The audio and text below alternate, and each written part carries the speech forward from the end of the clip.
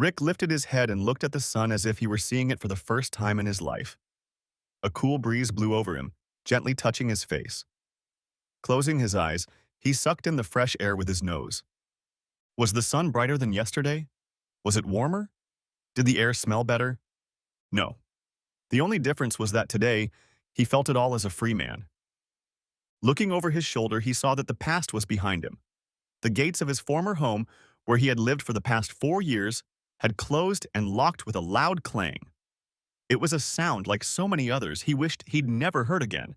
He had no intention of going back. A loud squeal brought him out of his reverie. He turned forward just in time to see a beauty that was incomparable to anything he could dream of. Across the parking lot, his wife Tracy was running toward him. "Is this for real? Please tell me I'm awake." She whimpered. Her tears wet his cheeks and neck as she sobbed. This moment, this feeling, every night for the past 4 years when the lights went out and his prison cell was plunged into darkness, it was this that kept him from going insane. For the first time in a long time, he exhaled a sigh of relief and let the tears flow. He was finally where he was supposed to be. That place behind him was no place for a man. His place was here, in the arms of the only man who loved him. "Yes, baby, I'm really here, and I'm never leaving you again." If it were possible, she clung to him even tighter. She refused to let him go, almost afraid he would evaporate and she would wake up in the morning to an empty bed. Finally, when the air threatened to close off, he said, "Baby, you have to let him go." "No, I can't." With a strangled chuckle, he said, "If you don't, I'll probably pass out." Her arms slowly unclenched. When she unclenched her legs, he let her feet touch the ground. She looked up at him and had to look away as a giggle broke through her happy tears. "Sorry about that," she said almost shyly. He shrugged. "You don't need to apologize for being overly excited to see me. There are worse ways to strangle a man to death." She let herself examine him from head to toe. What she saw made her mouth drop open. "I think you can do it," she joked, looking at him. My God, where did this Greek god come from? She couldn't recall him looking this appetizing the last time she'd visited him, and that had only been about a month ago. The orange jumpsuit was hiding all that. Manliness. What am I going to do with him tonight, she thought. From the look on her face, Rick realized it was his turn to be embarrassed. "There's not much to do. Lifting weights is kind of my thing." "Yeah," she giggled, not even trying to hide what she was thinking. The moment was interrupted by a rather rough, throaty croak. Rick looked over Tracy's shoulder and saw her mother, his mother-in-law, standing off to the side, watching the two of them impassively. "Hi, Derek." She said it with a cold, forced good-naturedness. She pronounced both syllables of his full name, as if saying it was physically painful to her tongue. Her face barely concealed the contempt she felt for her jailer son-in-law. She was the only person in the entire world who could pronounce his name as if it belonged in the history books next to Hitler and Stalin. "Martha." He nodded cordially. He had no intention of dragging her into the conversation. Even her thinly veiled contempt for him couldn't ruin this day. He was free. After 4 long years in an 8 by 10 cell, with sadistic guards, embittered prisoners, and barely edible food, he was a free man. God, it was glorious. What could be better than this? Squeezing Martha's hand tightly, he found the answer to that question. Peeking out from behind her legs with big, frightened eyes, she was the most beautiful thing he'd ever seen. Gasping in awe, he uttered, "It's Anya."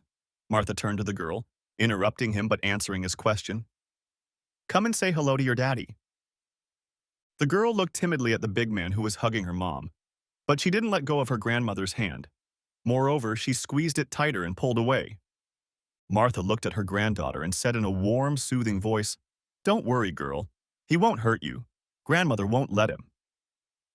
Anya raised her eyes to her grandmother as if to confirm this promise. Then she slowly, carefully released her hand and moved closer to her father. Rick let go of his wife and squatted down, hoping to make himself less imposing. Once he was at his daughter's eye level, he smiled and opened his arms invitingly. The closer Anya got to him, the less intimidating he became. When she was finally in his arms, she felt them close around her. "Hello, Anya," the large man said, his deep, bassy voice filling her ears. He felt the girl's arms wrap around his neck and she replied, "Hi, Daddy." That was it. The dam had been breached and the flood had come. There was no stopping it, and Rick didn't even try. The big man's eyes clouded over and tears ran uncontrollably down his face. Tracy, covering her mouth with her hand, watched her husband and daughter embrace. Even Martha couldn't resist the touching moment. Shortly afterward, the four of them drove home. Rick sat in the back seat with his daughter. Tracy sat in the front, but was fully turned around to face the back seat and talking to her husband. Martha drove in silence, occasionally glancing in the rearview mirror and rolling her eyes. "What do you want to eat tonight, baby?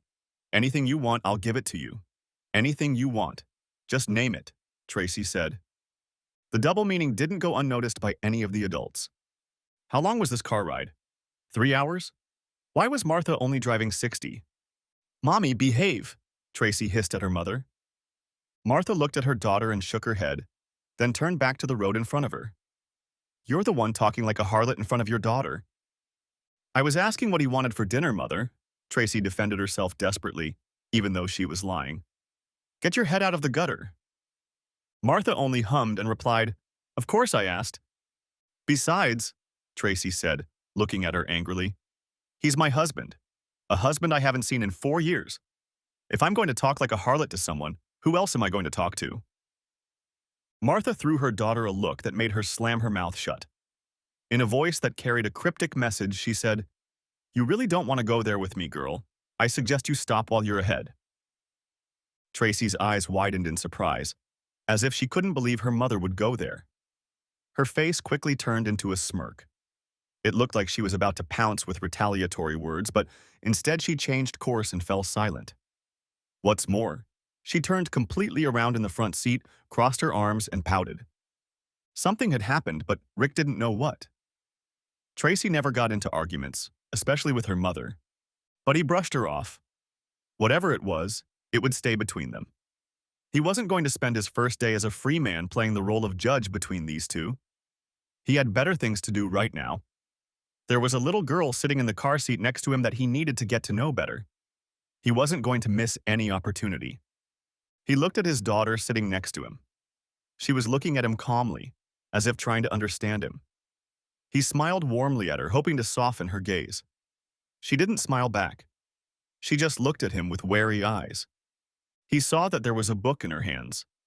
The hardcover depicted a blonde-haired girl in a white dress, standing in front of an ice castle. A strange snowman and a hooded brunette stood next to her. "May I see your book?" he asked, holding out his hand. She abruptly snatched the book out of his hands as if protecting it from him. He immediately spread his hands apart in surrender. "It's her favorite book," Martha explained from the driver's seat. Rick met her gaze in the rearview mirror. "We gave it to her for Christmas last year because she loves Frozen." "What's Frozen?" Rick asked, pleasantly surprised that he could have a normal conversation with Martha. He hadn't realized she had another reason to engage in conversation with him. With a smug smirk, she replied, "Frozen is a children's movie that came out not too long ago. You don't know that because, well, you know." "Mom," Tracy warned. Ignoring her, Martha continued, "There are only 2 people she trusts with that book, me and her mother. We were the only ones who came after her. We are the only family she knows." You could tell by the look on his face that he was pierced to the core. He pulled away from her eyes and turned away to look out the window. He breathed through his nostrils and his lips pressed into a thoughtful line. He silently watched life whiz past him as they drove. It was the story of his life. Tracy threw her mother an angry look. Martha pretended nothing was wrong. She just turned on the radio to drown out the awkward silence. She can be a real bitch sometimes, Tracy thought. A soft buzzing sound came from her purse. Tracy discreetly pulled out her phone, read the message, quickly typed a reply and put it away. A slight smile played on her lips as if she was blushing. To a casual observer, this little act would have raised no questions, but to Martha, it did. Tracy glanced at her mother, trying to see if she had noticed it. She quickly averted her eyes, but a flash of something akin to guilt told a story that didn't even need words. "You've got to be kidding me?" Martha thought incredulously, shaking her head. The car ride to Martha's house took 3 hours, but to the 4 travelers it might have seemed like a lifetime. The 3 adults were immersed in their own thoughts, each struggling with the darkness of their thoughts. The only thing Anya could handle was the general impatience of a 5-year-old stuck in a car seat for longer than 30 minutes. A week later, Rick stared at the brick building in front of him, noticing the numbers above the front door. Checking the piece of paper in his hand to make sure he was at the right address, he tried to open the door but found it locked. He was about to knock, but then he noticed a small intercom with a button. On a piece of paper taped to the box was written a note. "Call Officer Larry Giuliani." He pressed the button. Nothing happened, so he pressed it again. Just before he was about to press it a third time, an irritated female voice asked, "Name?" Uh, my name is Derek Morrison." A few seconds later, the door creaked open, letting Rick know it wasn't locked. Once inside, he found himself in a narrow, dimly lit hallway with a staircase in front of him. The stairs led to an office space. The first desk he saw belonged to an older woman whose appearance matched the voice on the intercom. She did not say hello to him. Her disinterested look as he approached suggested that the woman had been doing this job for so long that she was bored with it. She held out a clipboard with a questionnaire to him. "Have a seat over there, fill this out, and Larry will call you in." She pointed to a group of chairs lined up against the wall. The first page of the questionnaire was simple. It asked how his home life was going, how he was feeling since his release from prison, if he had any suicidal thoughts, etc. The second page asked about his plans for finding a job, what special skills he had, and what kind of job he would like to find. Rick filled out the form just as a deep, squeaky voice came from a neighboring office. "Send him to Linda." The receptionist, aka Linda, looked at Rick. Thankfully, she didn't insult his intelligence by verbally repeating that Officer Giuliani was ready to receive him, as if he hadn't heard what she had heard. Instead, she simply nodded her head in the direction he should have gone. The office was small and not in the fanciest sense. It was rather cramped and cluttered. There were folders of papers scattered all over the desk, laid out in no particular order. In one corner stood an artificial plant that gave the room warmth, and in the other a black file cabinet that had seen better days. "Good morning, officer," Rick said with polite nervousness as the rather large man sitting behind the desk looked up from his computer screen. The parole officer didn't say anything back. He just stared at Rick over the glasses that sat on the tip of his nose. He seemed to be sizing Rick up, passing judgment on the spot. Rick stood there, not knowing what to do. Should he take one of the seats in front of the table, stand until he was invited to sit down, extend his hand to shake, curtsy? Being on the other side of a high barbed wire fence for 4 years is a long time. Life inside prison has different rules than on the outside. Behind the wall, anything you did could cost you your life. There was a hierarchy among the prisoners that had to be respected, but you couldn't afford to be intimidated. There was a fine line between showing respect and becoming someone's bitch. If you didn't show respect to someone powerful, the wrong people could try to send you to the medical center. If you tried to lick ass, it was the quickest way to end up on the team as a cheap whore. Even in dealing with the guards, there were hidden rules. Obeying their demands too easily could lead to other inmates thinking you were a snitch. Bad move. At the same time, open disobedience could get you a visit from several guards in the middle of the night. There have been many inmates who had an unfortunate fall down the stairs and ended up spending several days in a doctor's office. After what seemed like an awkward eternity, Officer Giuliani simply said, "Sit down," and then began going through the numerous manila folders that littered his desk. Once he found the right one, he slid his glasses up to his face and familiarized himself with its contents. "You seem to be a very lucky man, Mr. Morrison. A very lucky man. You were convicted of possession with intent to sell. The judge gave you 6 years, but you only served 4. You were one of 468 people who got pardons from a governor who tried to shrug off the idea that he was profiting from the prison system. He signed pardons for prisoners who had committed nonviolent crimes and had shown exemplary behavior." "Yes, sir," Rick replied, not realizing what he was supposed to say. "They also say you were part of the Manchester Childs Gang, or Manny. Is that true?" "Supposedly," Rick replied, watching very carefully to see what he was agreeing with. "Manny was never convicted of being in a gang." Officer Giuliani lifted his head from the folder and looked at him skeptically. "That's exactly right. He wasn't convicted because you refused to make a deal and give the DA what he wanted. He wanted Mr. Childs, not you. You were a lowlife who could have only gotten 18 months if you had just played ball and given him base with a big mouth. Instead, you left your wife and child to serve time. Rick didn't take the bait. Looking Officer Giuliani straight in the eye, he replied, "With all due respect, sir, that's insulting. I've done my time for my mistakes. I'm nobody's bitch, especially Manny's. The choices I made were mine, and mine alone. Now I just want to put my past behind me and move into the future with my wife and daughter." Officer Giuliani hummed and shook his head, leaning back in his chair. It creaked under his weight. He folded his hands, interlacing his thick fingers, and rested them on his round belly. Some part of his soul admired the way Rick had handled his past. It was a good sign. Having worked for so long, the officer had a good sense of which parolees would go free and which would go back. Still, he couldn't understand why the people of urban areas were so loyal to the criminal element responsible for the death and degradation of the neighborhoods in which they lived. No one wanted to be the one to help law enforcement eliminate him. On the one hand, they protest by picketing, chanting, but immediately afterward they start reciting rap lyrics that glorify drug use. And then they treat police officers like the bad guys. Imagine how much better these neighborhoods would be if the good people in them banded together and really tried to stop crime in them. How many young people would be saved if the drug and gang lifestyle was universally condemned as the plague it is, rather than glorified? But that was a conversation for another day. The current conversation was going in circles if it continued, so he switched to another topic. "Let's leave it at that, Mr. Morrison. Tell me, how was your week?" The change of pace was welcome, and Rick answered eagerly. "It's been wonderful, sir. Like you said, I'm a happy man. Being home with my wife and daughter is just a dream come true."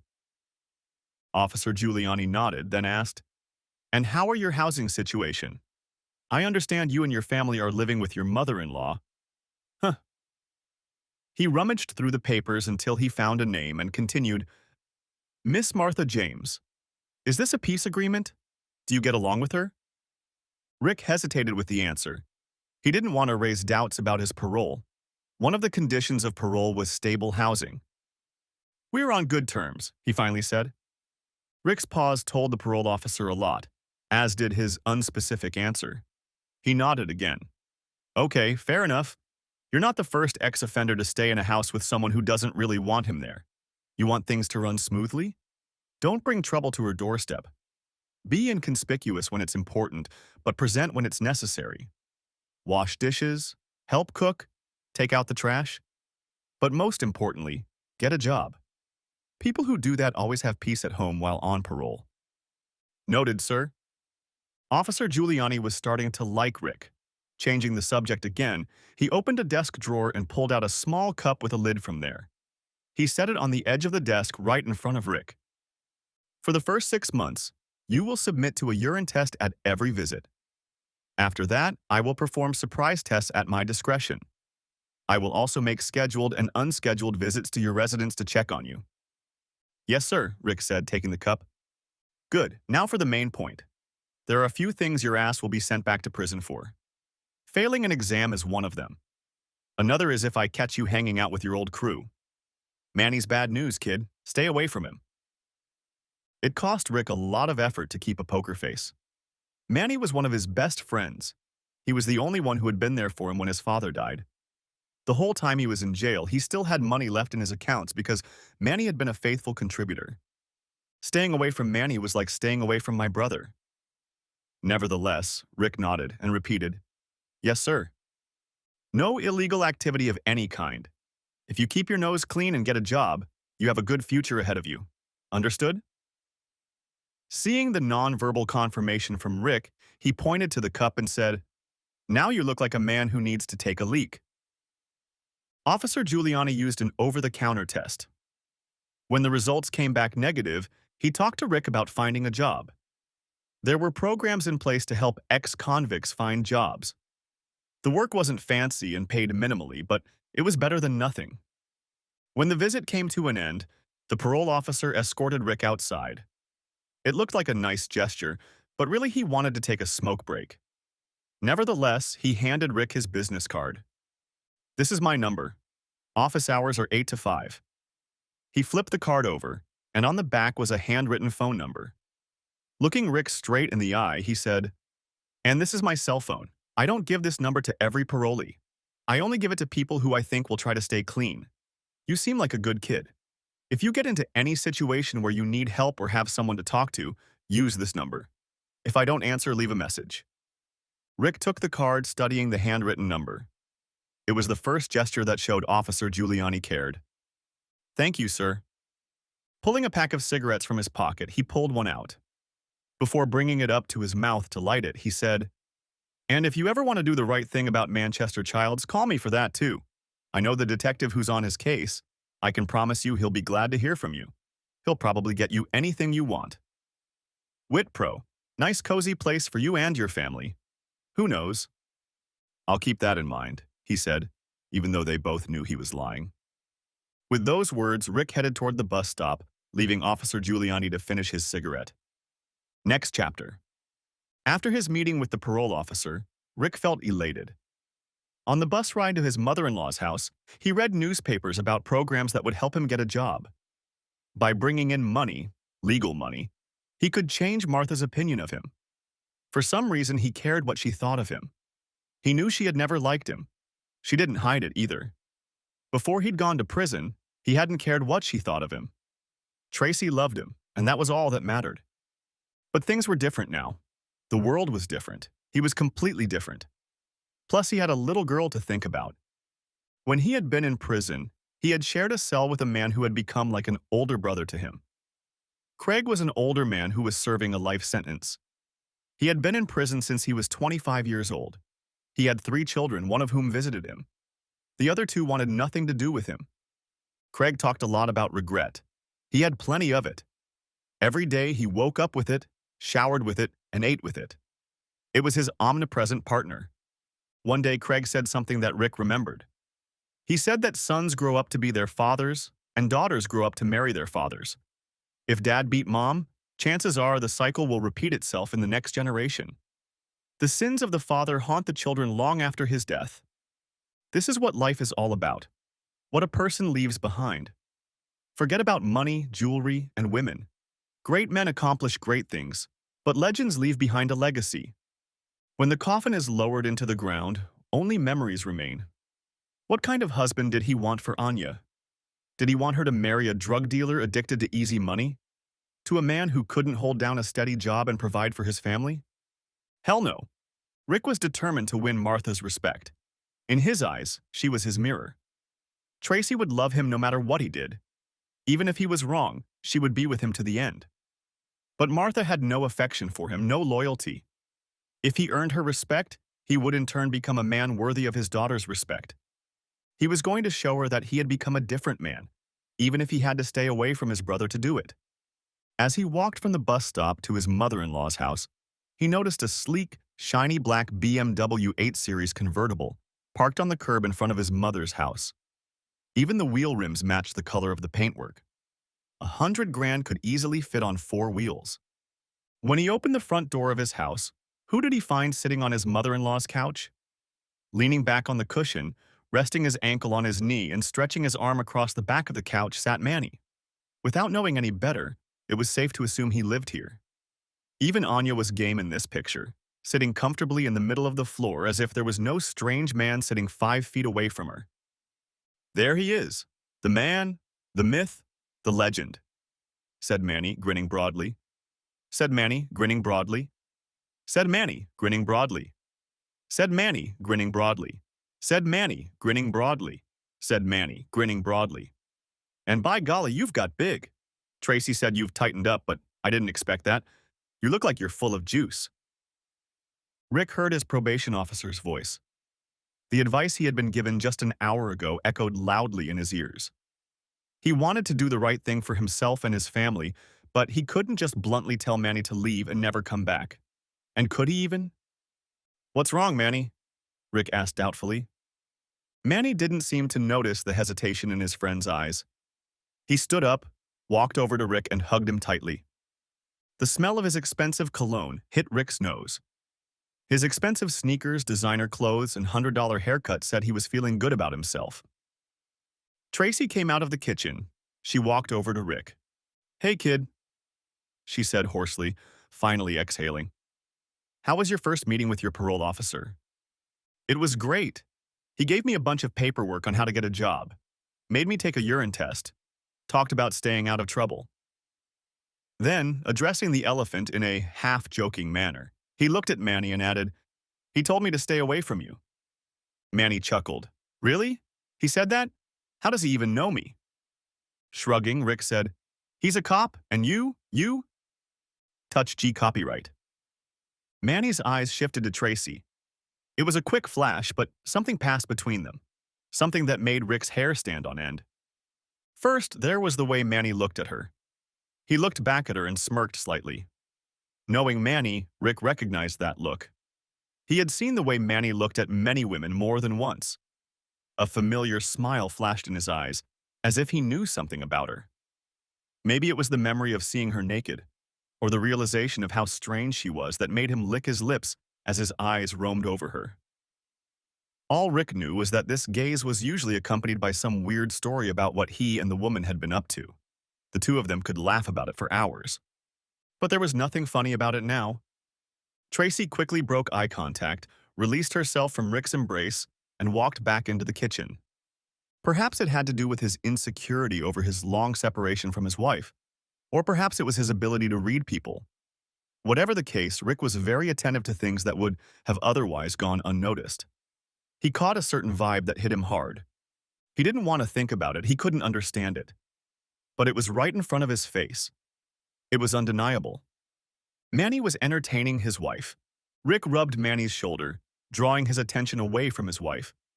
Casting him a hard look, he nodded his head toward the front door and said, "Let's take a walk." The two of them stepped outside and walked down the street. As they walked, Manny's voice came to them now and then. "Listen, Rick, I came to thank you in person. You could have fed me, but you didn't. You made it real and kept your mouth shut. I respect that." Rick shied away from the conversation. He wanted to wait until they were out of sight of the house. When they had moved a considerable distance away, Rick stopped walking. Manny realized that Rick was no longer walking beside him and stopped as well. Turning around, he saw that Rick was frowning and looking at him. "Is that the only reason you came?" Rick finally asked with reproach in his voice. "What?" Rick closed the space between them, throwing his friend a threatening look. "I came home and found you sitting on my couch, my wife in the kitchen, and my daughter playing on the floor. My mother-in-law is at work right now, and you are alone with her. Is there something you want to tell me?" Manny only laughed as if Rick was amused. "Bro, you're seriously tripping right now." No denial, no questions about what the hell Rick was talking about, I wondered. "Really?" Rick asked, taking another menacing step forward until he and Manny were within a few centimeters of each other. "I've known you a long time, Manny. I want you to stand here, look me in the eye, and tell me you weren't having fun with Tracy." The smile slowly left Manny's face. The calm and collected gleam in his eyes was gone. All that was left was a flash of something dangerous. "You've been away for a long time, Rick, I realize that, but things have changed during your absence. The only reason I still haven't pulled this—" Rick looked at Manny's hand, which was slowly lifting his shirt to reveal the butt of a gun sticking out from behind the waistband of his jeans. "Because you're like a brother to me, so I'll give it to you for free. Other people who have made a move on me, like you just did, didn't get that little speech. Now I suggest you take a couple steps back and lower your voice." As angry as he was, Rick's logical brain kicked in. Yes, he and Manny were friends. That's how he knew what Manny was capable of. Would he be able to get to Manny before he finished him off? Maybe. But even if he successfully took the gun away from him and kicked the ass he should have kicked, the altercation would probably get him sent back to prison. He couldn't take that risk, so he reluctantly took a step back. But he didn't back down. Still looking him in the eyes, he slowly repeated his question. "Did you entertain her?" To his credit, Manny let out a sigh as if regretting what had happened. However, instead of answering, he said, "Look, bro, that's a question for her." Ironically, that non-answer was an answer in itself. Nevertheless, Rick needed to hear those words. Continuing, he said, "But I'm asking you, brother, as man to man, you owe me that." Sighing once more, Manny finally gave in. "Look, if it wasn't me, it was someone else. Remember, you didn't have to leave for 6 years. Tracy won't last that long. You should have known that. The fact that she lasted as long as she did is a testament to that. So that's why you entertained my wife? She had to entertain someone. So it could have been you? Rick spoke through clenched teeth with furious tears threatening to spill out. Of all people, you were the one who should have protected her. What the hell did I do? Manny screamed, his emotions taking over as well. Do you know how many diapers I bought for Anya? How many times I gave Tracy money for groceries? Who do you think bought your daughter all those toys she was just playing with? See those new clothes she's wearing? Guess who bought them? Sis, that's who. S. Rick's eyes were practically boiling by now. His fists were clenched so hard his nails dug into his palms. If Manny wasn't in his arms right now, Rick would be on top of him, showering him with punches. Still retaining some modicum of sanity, Rick didn't give in to the temptation to pounce on him. Instead, he asked, "So you want to replace me? Is that it? You want my family?" Rick asked. "No, Rick," Manny replied, as if Rick was talking nonsense. "You and I both know that in Tracy's eyes no one can replace you. I just wanted to help your family like I helped you. I made sure you were well taken care of. I put money on your books so you could always afford to buy what you needed. And I made sure Tracy had pocket money so she could take care of Anya without having to beg her mom too often. I tried to be there for you as much as I could. And that gave you the right to entertain her? Was that payment for your generous hospitality?" Manny shook his head, sucked his teeth, and groaned, as if Rick just didn't understand him. Look, maybe she and I got a little carried away, but it wasn't like that. One day when she came to get money for Anya, I saw her crying. When I asked what was wrong, she said how much she missed you. And then she just burst into tears. Her eyes were bulging. I tried to calm her down, but she sure as hell wouldn't stop crying. Manny must have been completely convinced of his innocence because he was talking to Rick like he was telling a funny story. Like he was talking about how he was entertaining some other guy's wife. Manny continued, "I made her a drink and she started talking about wanting you." He shrugged as if that explained everything. After that, things went downhill from there. By this time, he had noticed Rick's reaction to his story. Trying to backtrack a little, Manny quickly added, "But it's over now. As soon as she found out you were paroled, she called the whole thing off. I backed off out of respect for you. No questions asked." Wait, what? If this was supposed to appease Rick's anger, it came out quite the opposite. More than that, it infuriated him to the point of physical nausea. A queasy feeling settled in his stomach as a new realization hit him. Maybe it was his ego protecting itself, but he had unconsciously built up a scenario that somehow made this situation more manageable. A drunken night out, an error in judgment. But this wasn't an isolated incident. Not only that, it was until they found out he was one of the 400 lucky ones. That's what the inmates nicknamed them. But that was only, what, 6 friggin' months ago?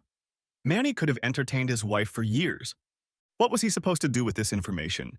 Thank Manny for being such a good guy and bringing his tormented wife back to him. Rick's hands began to tremble. His breathing became labored. Every muscle in his body tensed. A red tint appeared in his eyes. Anya, she needs her father. She needs him not to go to prison and come back. That was exactly what Rick kept repeating to himself in his head. It was the only thing holding back the demon inside him.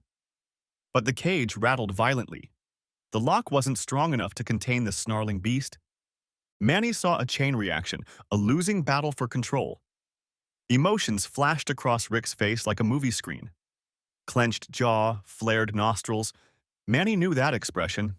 He'd seen it many times in the past. Rick stood on the ledge, about to jump off. But Manny knew Rick as well as Rick knew him. As befitted Rick, he was confused. This had always been his dilemma. He was a wolf who had convinced himself that he was a German shepherd. He was always trying to do the right thing, always trying to be something he wasn't. Even when they ran the streets together, doing the most illegal things known to man, Rick drew invisible lines in front of him that he wasn't supposed to cross. Blah, blah, blah. However, it was all just a facade. The lies he told himself were firmly rooted in him, giving him hope that he was worthy of love. Want to get to know the real Rick? Rick was the man who put a man in the hospital for 2 weeks because he hinted he was going to approach Tracy if he didn't get the goods at the price he wanted. Even if he didn't hurt anyone, He left a strong enough impression that people didn't want to meet him in their lives. The downside to Rick was this insufferable martyr complex. Instead of keeping every unpleasant little detail of his life a secret, he felt the need to tell Tracy everything. He wanted to be frank with her about who he was, to show her the man she had married. Honesty is essential in marriage, was his mantra. He would sacrifice himself on the altar of her and her mother's disapproval, and then whine to Manny about how bad he felt about continuing to disappoint them. In Manny's opinion, the real reason Rick felt guilty was because he did not feel guilty. So he convinced himself that deep down he was really a good guy who was just doing bad things. And even though it annoyed the hell out of him, that was why Rick was a great right-hand man. He had enough mental acuity to see things through, but also enough guilt to not aim for the top. Loyalty was simply built into him. But now, for the first time in his life, Manny wasn't sure what kind of Rick he would see. Entertaining his wife had made the man a little unpredictable. Instinctively, Manny's hand slid down and grabbed for the gun on his belt. He really didn't want to shoot his former friend in the face. To avoid getting into an unpleasant situation, Manny took a couple steps back and calmly said, "Look, I'm going to get out of here before you do something we're both going to regret. If anything, I'm sorry you feel like I stabbed you in the back. Someday, hopefully, you'll realize that I really did you a favor. But that day isn't today, and that's fine, but—" Manny's gaze became hard and threatening, and he gripped the hilt tighter. He spoke in a tone that left no room for interpretation. "Don't let emotion override logic. As long as you don't do anything stupid like stalking me, you'll be fine. Got it?" Rick didn't take his gaze off the ground. He was afraid that if he looked at Manny, the last crumbs of willpower would dissipate. In a voice shaking with barely contained rage, Rick said quietly, "Get out of my sight, Manny. Go away and never come back here again. Stay away from Tracy and Anya." Finally, raising his eyes to his friend turned nemesis, he finished, "If you come back, I'll kill you. And you'll need more than this desert eagle to stop me." Manny only nodded and stepped back. With that, his hand remained on his hip and his eyes never took his eyes off Rick. Once at a safe enough distance, he turned and walked to his car, leaving Rick standing alone. Tears of rage covered Rick's eyes as he heard Manny's expensive engine start, with a quiet whirring. His emotional pain seemed so intense that it turned physical. His head was splitting. His stomach was cramping. His arms ached. Wait a minute, his hands hurt? Looking down, he saw the prints of his fingernails digging into the skin of his palm. The area around it was red and inflamed. Footsteps were heard behind him. Turning around, he saw Tracy walking towards him. She stopped when she saw the look on his face. Tears were streaming down his face and his fists were clenched. He knew. Damn, Manny. He'd promised not to say anything. He'd promised.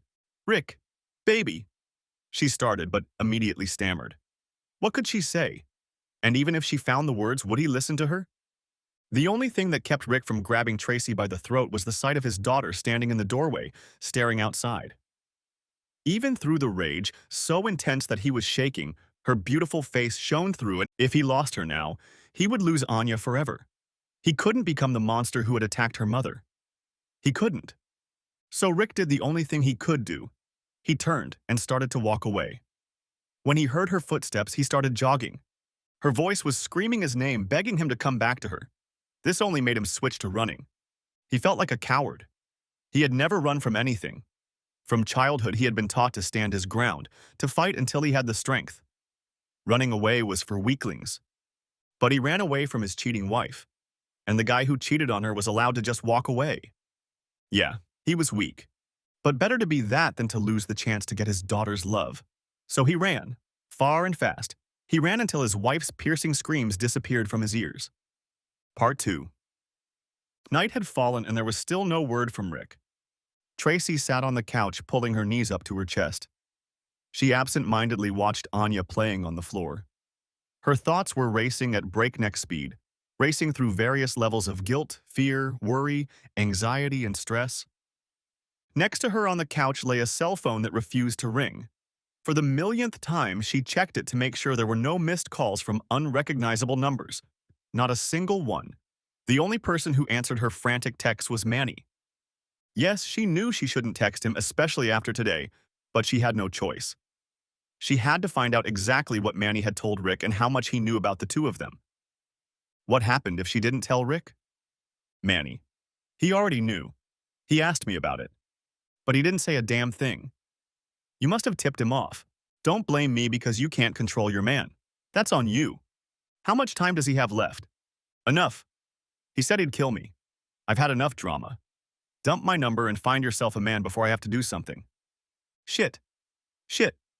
Damn, thought Tracy, glancing at the time. It had been almost 4 hours since Rick had run off. Tracy went from concern to extreme anxiety and frantic. Rick could take care of himself. She knew that. But still, he had been gone for a very long time. A lot had changed in the 4 years since he'd left. He didn't even have a cell phone to call her if there was a problem. Plus, he wasn't in his right mind when he ran away. Rick had a temper and often got into trouble because of it. In her imagination, he could punch the first person who looked at him the wrong way, or lash out at a cop who asked what he was doing in the wrong part of town. If his parole was jeopardized because of her, she would never forgive herself. Please, please, please, please, please, please, please, Lord, let him be okay.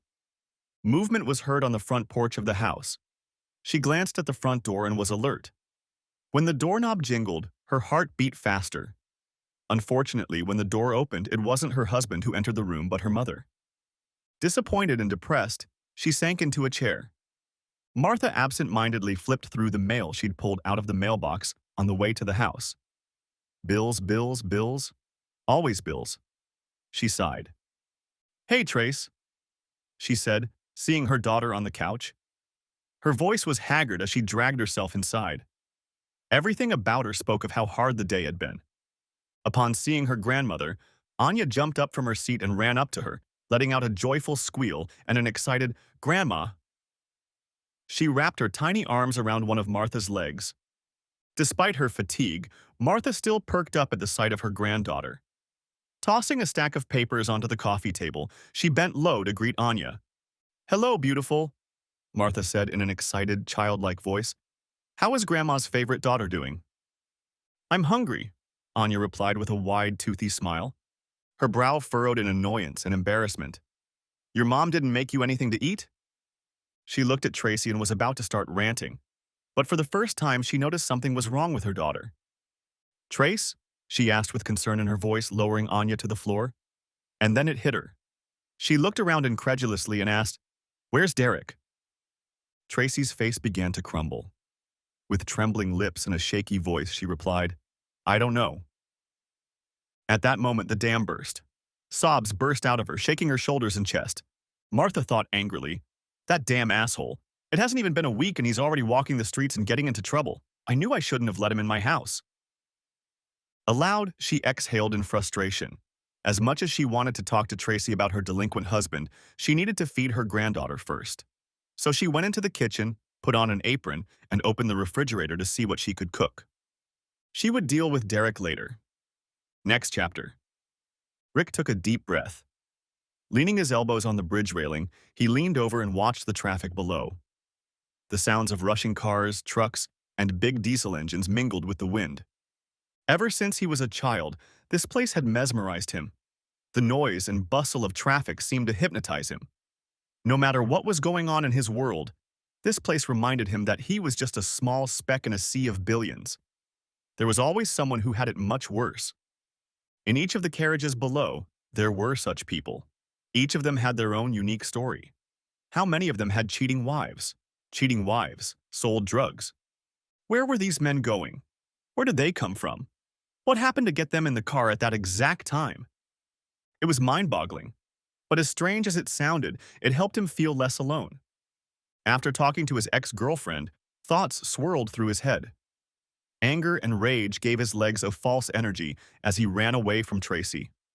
Adrenaline kept him running even when it felt like his lungs were about to explode. It seemed to him that he had to keep moving, that he could physically outrun the murderous desire that burned in his belly. But eventually, he had to stop. Anger could only go so far. His life was proof of that. Sooner or later, a person has to stop and look around to see where anger has taken them. Usually, the place you find yourself turns out to be the very place where karma has been patiently waiting for you. Lucky for Rick, he ended up here.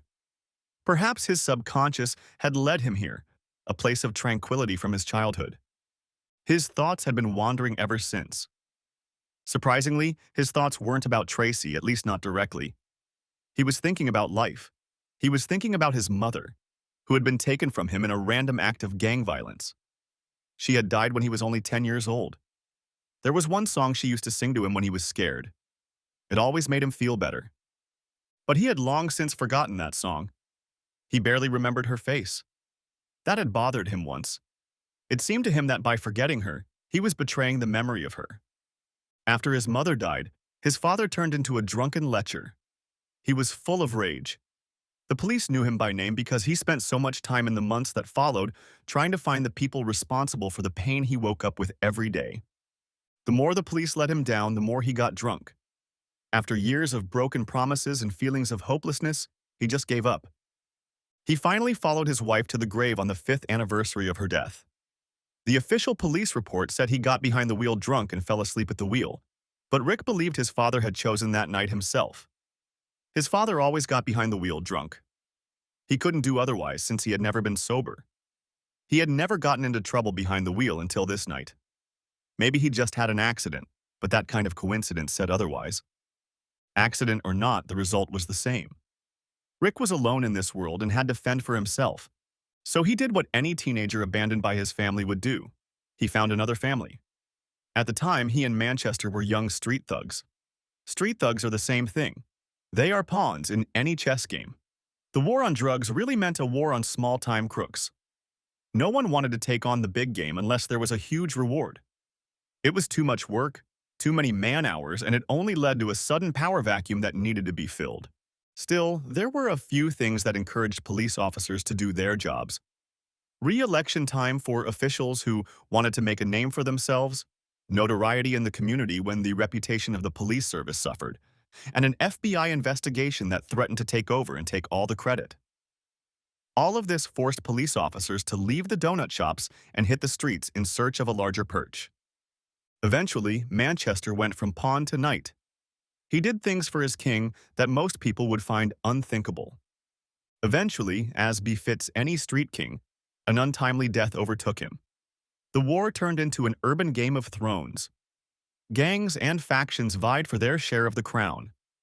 The Sanchez family, better known as the Colombians, eagerly took part in this game to see who would be their new distributor. They were the ones who were the invisible ghosts behind the scenes. They didn't care who came out the winner. They just planned to make the winner a very rich man, just like the previous one. Rick and Manny had to go through a lot of potential kings. Wrestling itself fundamentally changed them, made them do monstrous things.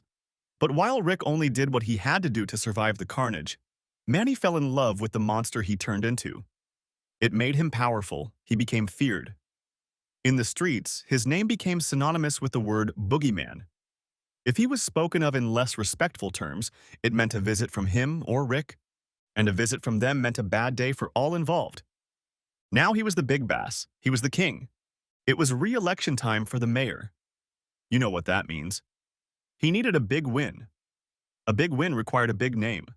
The loudest name, without going after the Sanchez family, was that of Manchester Childs. After all, that was King's true purpose. He was the face, the one who took full responsibility so that the ghost could remain free to haunt another dynasty. Long live King. The district attorney and the chief of police were tasked with catching Manny, and they went after him as hard as they could. Unfortunately, people were divided into two camps. There were those who feared Manny and Rick more than the police, and those who didn't know enough to be helpful. So they changed tactics. Instead of going after the king, they should have just taken his knight. If they could turn him in, everything else would fall apart. Only one problem: Manny's knight couldn't be turned over. And believe me, they used every scare tactic they could to intimidate Rick. When that didn't work, they went after his weakest point, his family. Rick had saved up quite a bit of money by then. He'd always been good at cutting hair, so he ran a local barbershop. Naturally, it became a front for Manny's dirty money laundering. At least a third of his fortune passed through it. It was a legitimate business, though. He had other barbers working for him, a steady clientele. He even cut his own hair from time to time. Rick was successful, He was able to buy his wife the house in the suburbs he'd always dreamed of. She had a new car and a closet full of clothes. They were even thinking about private school for Anya when she reached adulthood. Life was good, until DEA agents burst through his door at 2 in the morning. That was their plan. They were going to rip that good life right out from under his nose. They were going to take all his possessions and sell them to the highest bidder. His house, his cars, everything. Unless he gave them to Manchester. Rick didn't flinch. He didn't give up. He took his chances in court. His house was seized. His barbershop closed and boarded up. His cars sold.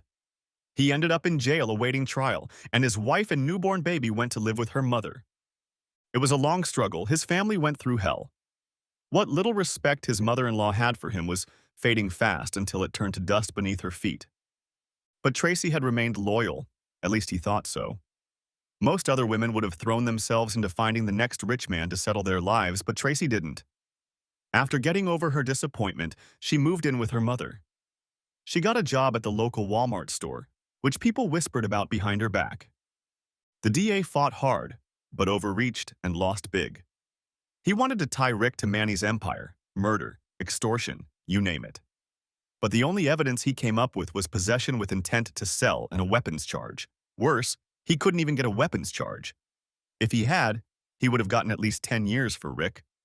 Perhaps then, he would have had more leverage. But even the 6 he could squeeze out wasn't enough to make him turn his back on his best friend. Even when the going got tough, Tracy was still there for him. That's what was so hard to come to terms with. How could she be so loyal and yet so unfaithful? How could the same lips that kissed him when he was finally free become the lips that kissed Manny? Or worse, the friends with benefits type relationship may have been the beginning of Trick, Tracy, and Rick, but their incredible bond began to spill over into the realm of the heart. Despite Rick's busyness, he proved to be surprisingly reliable and straightforward. He didn't insult her intelligence with paper lies about where he got his money from.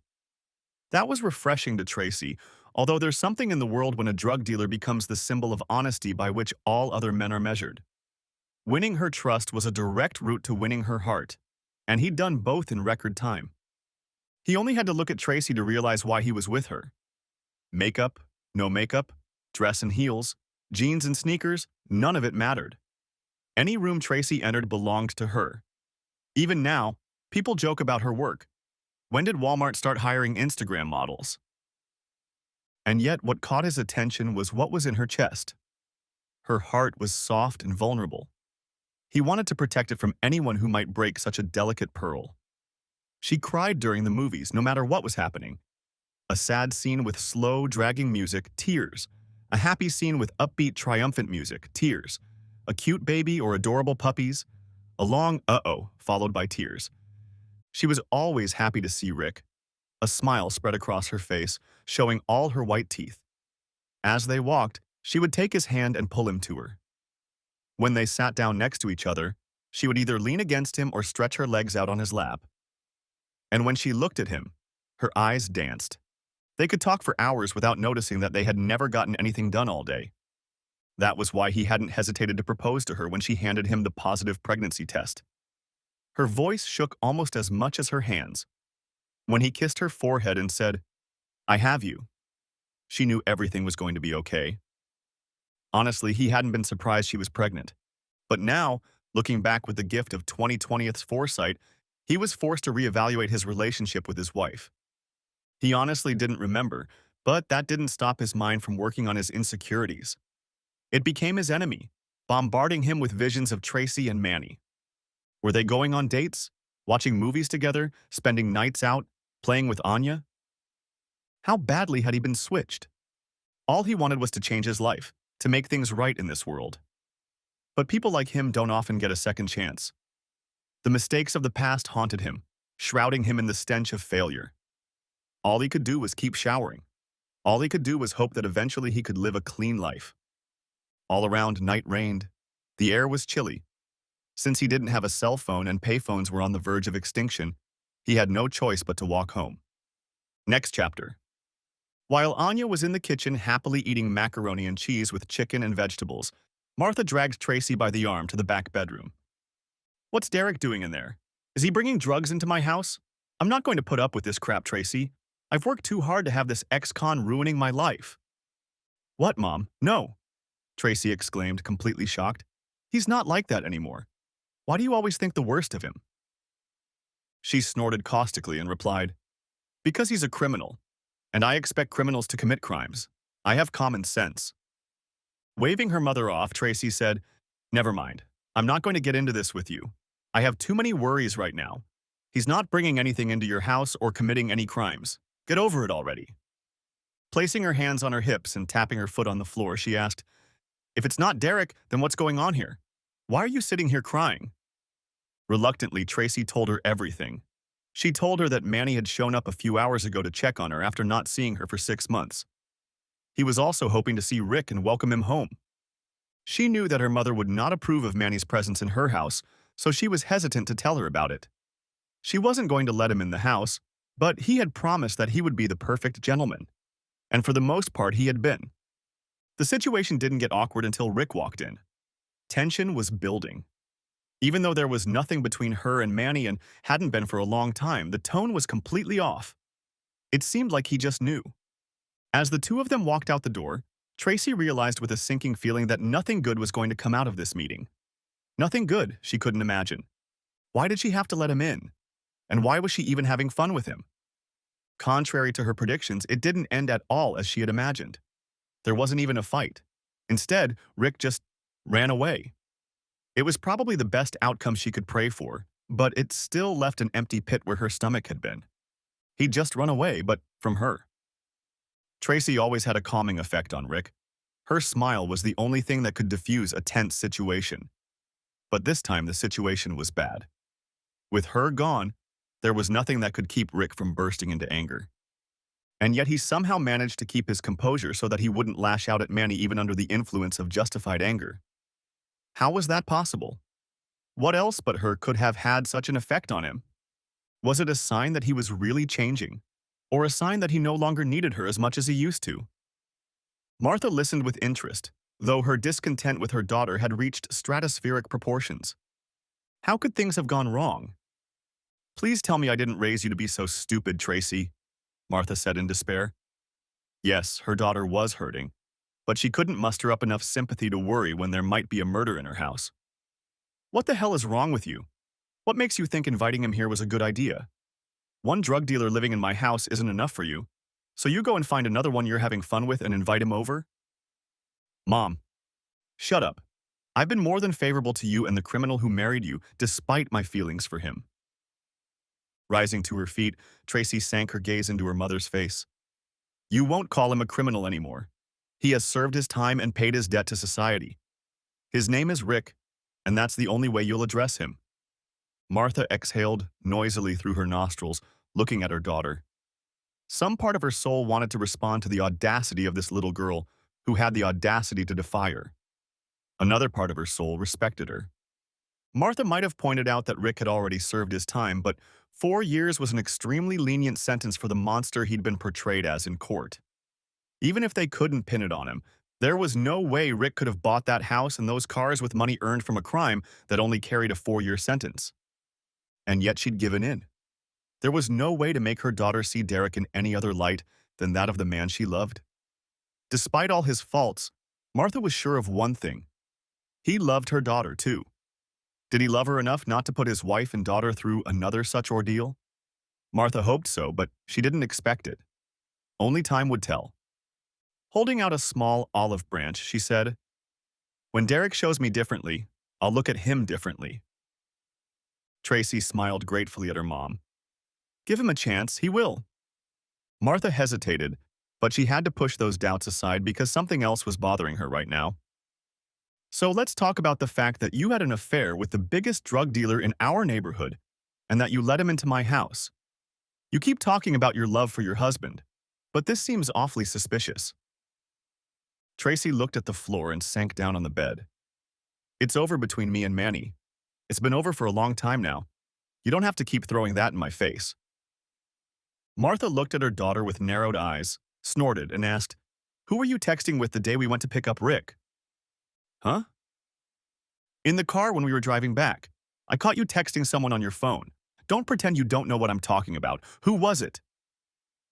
Tracy stammered for a second, stopped, and made a guilty look before admitting, "Okay, it was Manny."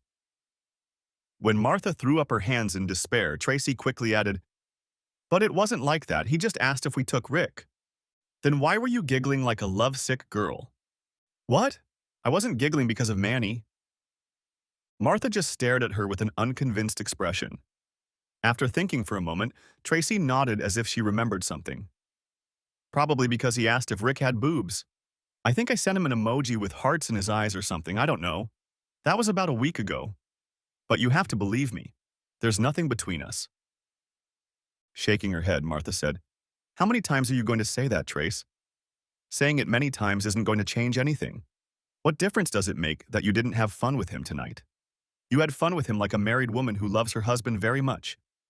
You can't play semantics when you invite chaos into my house. You are a grown woman, and I have tried not to interfere in your affairs. But you have your own daughter to take care of. She should be the most important thing to you, not running after these assholes." Feeling the need to defend herself and her husband, Tracy said, "I don't chase men. I didn't chase Manny. But I'm chasing Rick because he's not a man. He's my husband." Martha snorted irritably through her nose. "Then you should have thought about that before you had fun with someone else." Her mom was right. She hadn't thought about it. Worse, she was constantly being hit on. Guys at work, guys on the streets, even the babysitter's boyfriend was testing her chastity. She was always on edge, snapping at the slightest thing. Yes, she loved Rick with all her heart, but Mom needed a release. Maybe that was the problem. Tracy never had to chase men. She always had a choice. She wasn't chasing Rick, and she certainly wasn't chasing Manny. Both men were at her disposal. She chose Rick because he was prettier and seemed more good-natured. When the judge lowered the gavel, he sentenced them both to 6 years in prison. They were separated by 3 hours in an impenetrable prison. The only relief for them was a 10-second hug twice a month. Obediently lowering her eyes to the floor, she said, "You're right, Mom. I started all of this, and now I wish I could take it all back." For the first time today, Martha looked at her daughter and felt sympathy.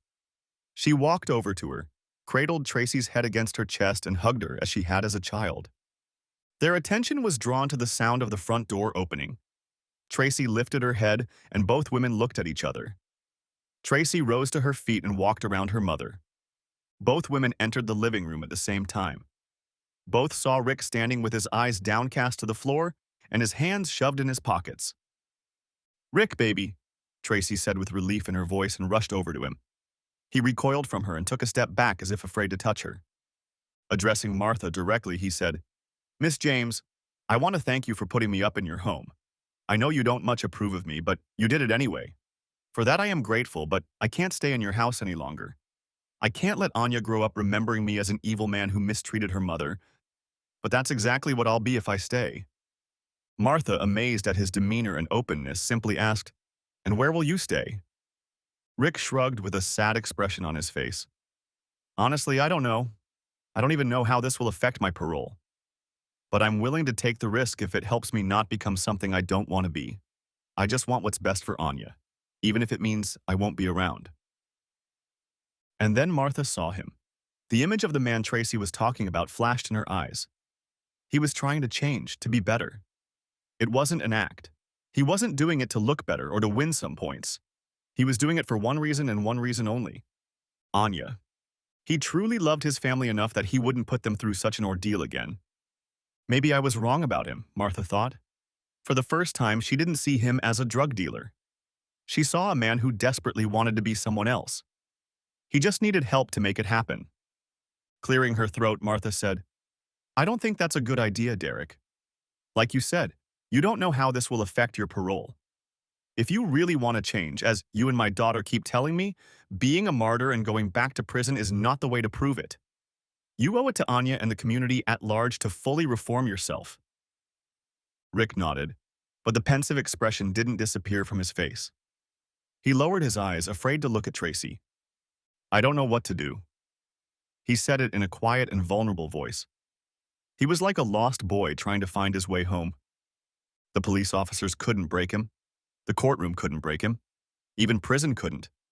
But that's exactly how he stood before them now, broken. Tracy felt like throwing herself at him and hugging him. He needed her. It was at times like this that he leaned on her. But she couldn't be there for him, not now.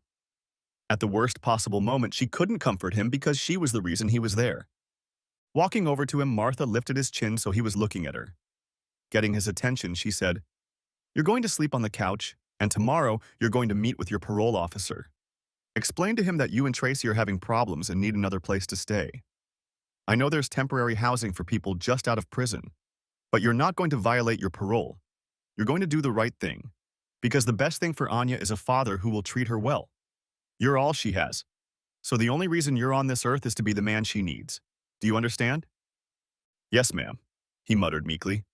"Rick?" Martha looked back and threw her daughter a disapproving glance to silence her.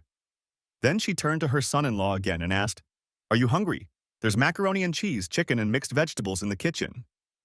Rick nodded and, still avoiding looking at Tracy, went to the kitchen to get something to eat. Tracy followed him, but Martha grabbed her arm to stop her. "Mom, let go. I have to talk to him." "No," she said, pointing a finger in her face. "Not today. You two will talk, but not until after he's settled somewhere else." Tracy's face contorted. "What? Are you serious? Screw it. He's not going anywhere. He's my husband. He's going to stay here and work things out with me.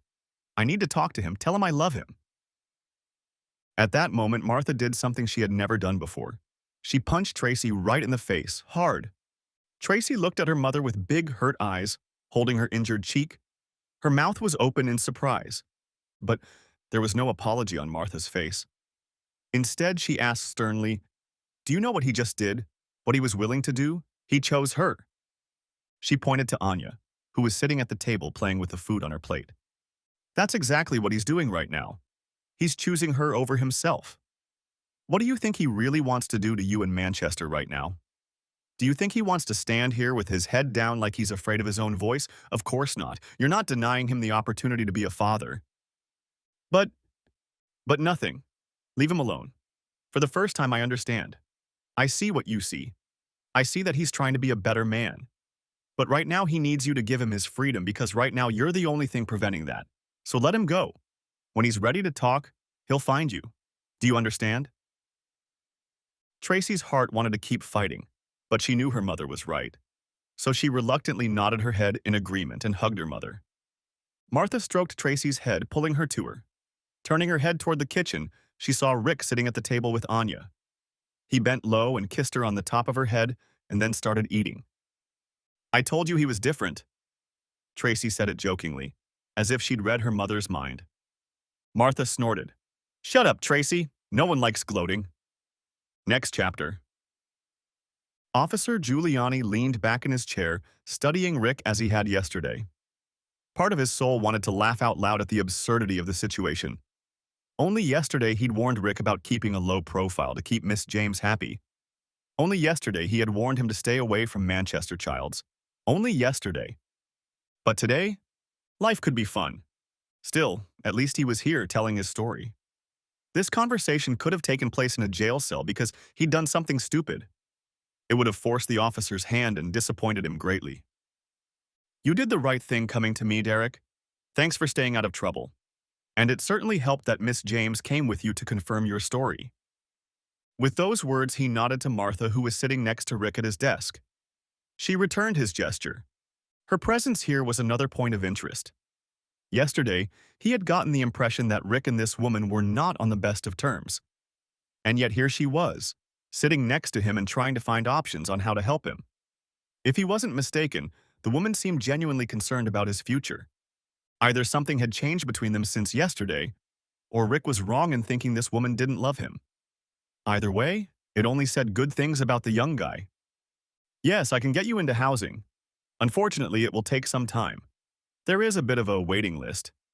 If it had been arranged from the beginning, things would have been different, but—" "I understand," Rick said, though a concerned expression appeared on his face. Officer Giuliani sighed. "Is there any way to coexist with Mrs. Morrison for the time being without doing something stupid?" Rick looked at Martha beside him and then at the floor. The face answered his question. He sympathized with the guy.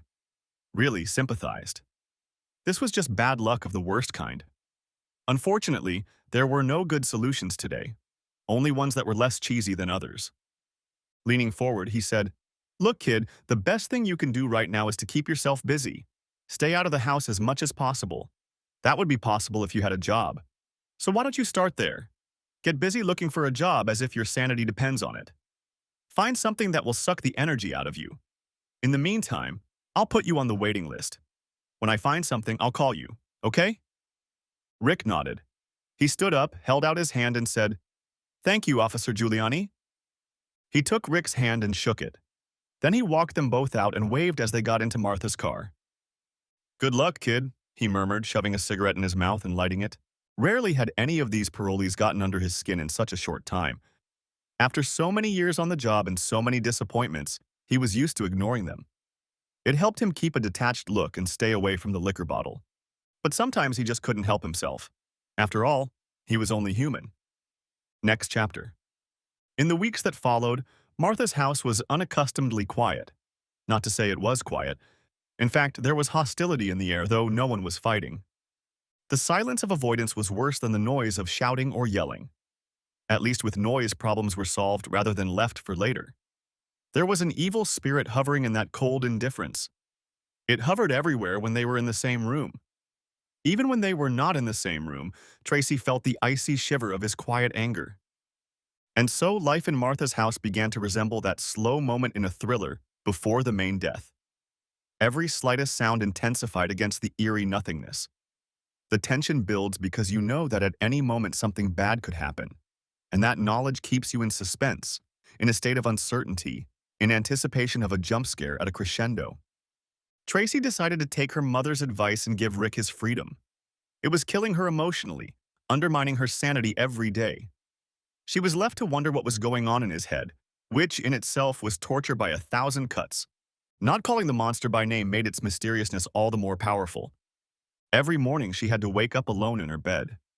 When her husband slept in the next room, it was much worse than when he was in prison. She had to endure him walking past her as if she didn't exist. His eyes looked through her, never catching her pleading gaze. But the most amazing thing was that his relationship with everyone had improved dramatically. She saw him interacting with Anya with such joy that it both warmed and broke her heart at the same time. Even her mother, who had once hated the very air he breathed, smiled when she talked to him. Tracy often caught the two of them together in the evenings at the kitchen table as they filled out job applications and put together resumes. Pretty soon, she became a ghost. She could only observe the world around her through an invisible barrier, but she was forbidden to participate. Still, she followed the advice. It was right for Rick, right for Anya, and right for the peace of the house. Who cared if it was wrong for her? No one. Her heart was breaking every day, and it was her fault. And now? It was all gone.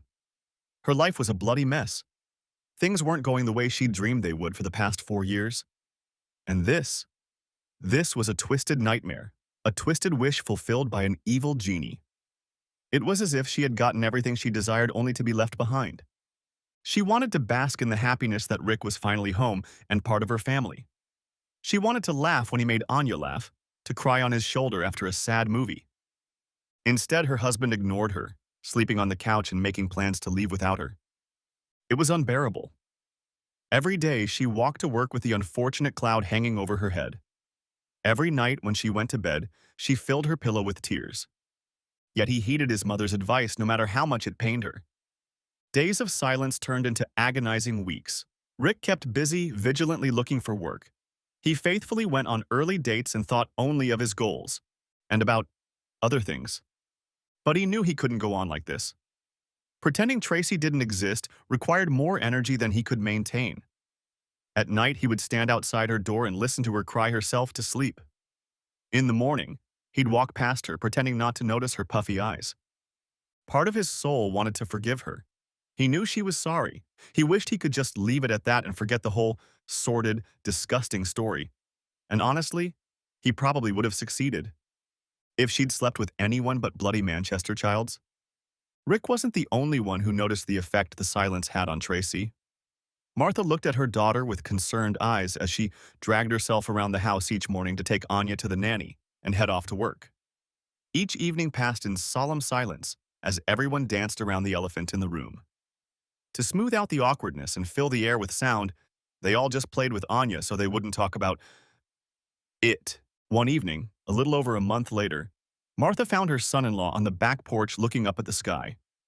He was holding a notebook in which he occasionally wrote something. "Mind if I sit down?" she asked, approaching him from behind. Slightly startled, he jerked his head back but then relaxed. "Not at all, Miss James. You can sit wherever you want. This is your home." She sat down next to him and said, "I was hoping that by now you'd start to consider it your home too." Rick shrugged and looked off into the distance. With a sad expression on his face, he said, "With all due respect, it's hard to think of him that way with all this going on." She nodded understandingly. There were many things she liked about her son-in-law. Chief among them was his absolute honesty. Rick looked at Martha strangely, as if a question was burning on his tongue. Finally, he asked, "Do you mind if I ask you a personal question?" I guess not. No offense if I choose not to answer it." He pondered the question for a few seconds and then simply asked curiously, "Has there ever been a Mr. James? In all the time I've known Tracy, neither of you have ever mentioned her father." Martha took a deep breath and a hunted expression appeared on her face. She seriously considered exercising her right not to answer. Finally, she said, "Let's just say Tracy's father was a very bad man." "Did he hurt you?" Martha averted her gaze and nodded. For some reason, this made Rick angry. He felt a strange need to protect this woman, even from the ghosts of her past. Her eyes glistened in the dim moonlight, and a single tear rolled down her cheek. She quickly brushed it away with her thumb, not wanting to shed any more tears for this man. She was done with him. "I was 18 years old when I gave birth to Tracy." Before he could reach consciousness, Martha raised her eyes to the same stars Rick had just been looking up at. Speaking with some nostalgia, she continued, "I thought he was so cute. He drove a nice car, wore nice clothes. Women were always eager to be with him. For some reason, he singled me out. He wanted me, even though the women were older, prettier, and faster trying to get his attention." She grinned bitterly and shook her head as if she couldn't believe her stupidity. "He made me feel so special. He bought me things, took me on dates, showed me off to all his friends and told me I was the #1 woman to him. The #1 lady." Her voice became more animated as the telling of her own story stirred up old feelings. Come to think of it, she had never told her story to anyone. She kept it to herself, hiding it from the rest of the world and from Tracy. But the feelings of anger and resentment hadn't gone anywhere. They just shifted to the other man, who turned out to be another wolf in sheep's clothing. "I let him neglect me in a way that makes me disgusted to even think about it. I did things for him that no woman should ever do for a man. But when I took a pregnancy test and saw that I was going to be a mother, I knew I had to leave him. I couldn't let Tracy grow up with that monster. I had to choose between the man I loved and my unborn child. And I chose her." "I understand," Rick nodded. There was silence between them for a moment before Martha spoke. "Now it's my turn. I want to ask you something." "Shoot. What are your plans for my daughter?" Rick moved awkwardly, but then jokingly asked, "Didn't you already ask me that question when I started dating her?" She couldn't help but giggle. And if memory serves me correctly, I didn't like that answer very much either. "But seriously." Rick sighed and shrugged slightly. "Honestly, I don't know." "Do you still love her?" A groan escaped through his nose, but he nodded. "Look," she said, leaning forward, "my daughter doesn't always make the best decisions in the world. And I know this Manchester thing is a mess, but I know she loves you, and this silent concern of yours is killing her. I'm not telling you to take her back or even forgive her, but you can't keep punishing her like this. You have to talk to her. Let her know how you feel. Ignoring her is cruel, and it will start to hurt Anya." Righteous indignation gnawed at him from within, forcing him to intervene. "Miss James, no offense, but I can't do anything even close to what she did to me to her." "I'm sorry." He looked at her apologetically. She nodded and he continued. "She slept with Manny the whole time I was behind bars, all the time. And to make matters worse, I don't think it was a mistake on her part. It wasn't something they just fell into. I think she was doing it, with him, because she wanted to do it with him. I know for a fact that he always wanted to sleep with her." Martha nodded understandingly, but objected cautiously. I don't think she came to him with the intention of having an affair, at least not the first time. If memory serves me correctly, she said she and Manchester got drunk. Rick looked at her as if he didn't believe her. Miss James, I know your daughter.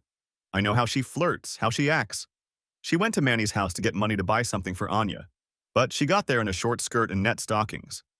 Why would she dress like that if she wasn't going to be there more than 5 minutes? Martha hated the logic that what a girl was wearing was an indication of her motivation. To her, it was a form of slut-shaming, an excuse that absolved men of responsibility for bad behavior.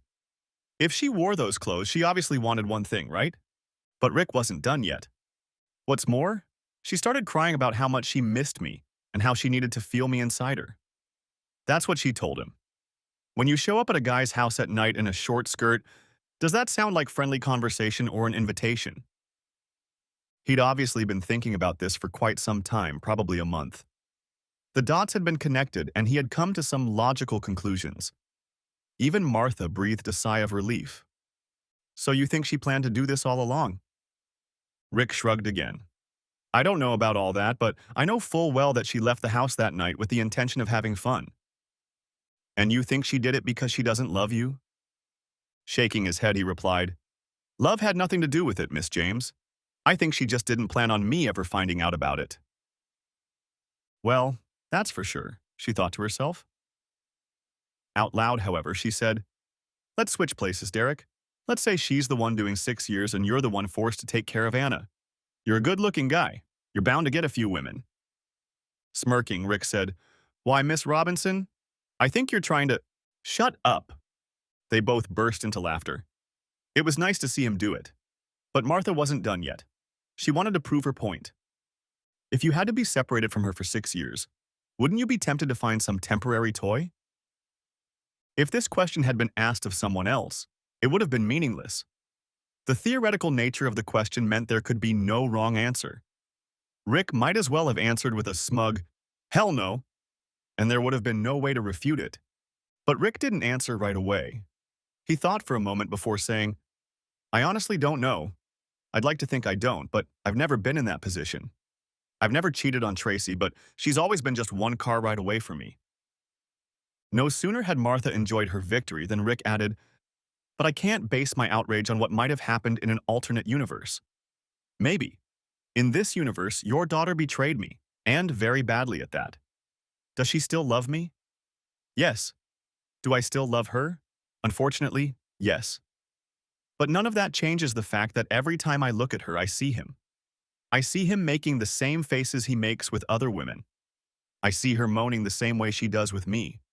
Worse, I see that they've spent so much time together that Anya feels more comfortable having him around than I do. I see all this and I can't turn the damn picture off. This time he didn't apologize for the slipped swear word. Martha didn't even see fit to force it on him. She simply placed her hand gently on his knee and said, Then don't turn it off. Talk to her about it.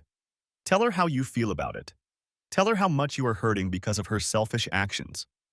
Stop trying to handle it alone, and stop being afraid of your own voice. Just because you are mad at her doesn't make you the bad guy.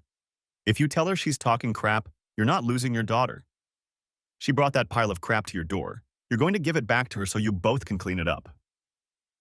Rick didn't say anything back, just frowned and turned away. Martha felt the new temperature of this conversation and saw that Rick froze. But at least he was thinking about it. She could see the wheels turning in him. Not wanting to linger, she stood up without saying a word and, patting him lightly on the shoulder, headed back into the house. Tracy watched her mother walk away. She was sitting on the couch in the living room.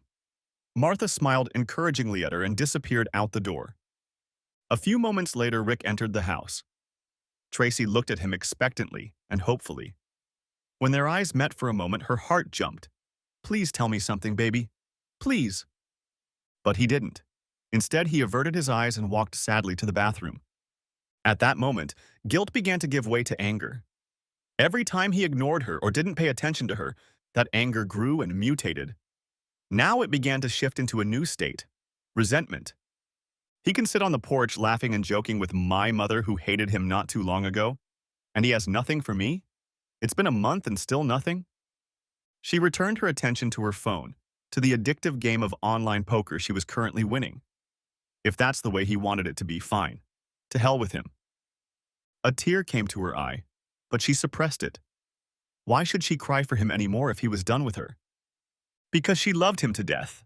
That was why. Despite her best efforts, the tear broke free from the prison she had imprisoned it in. The end. Thanks for watching, hope you enjoyed. Subscribe to my channel and watch for the next video.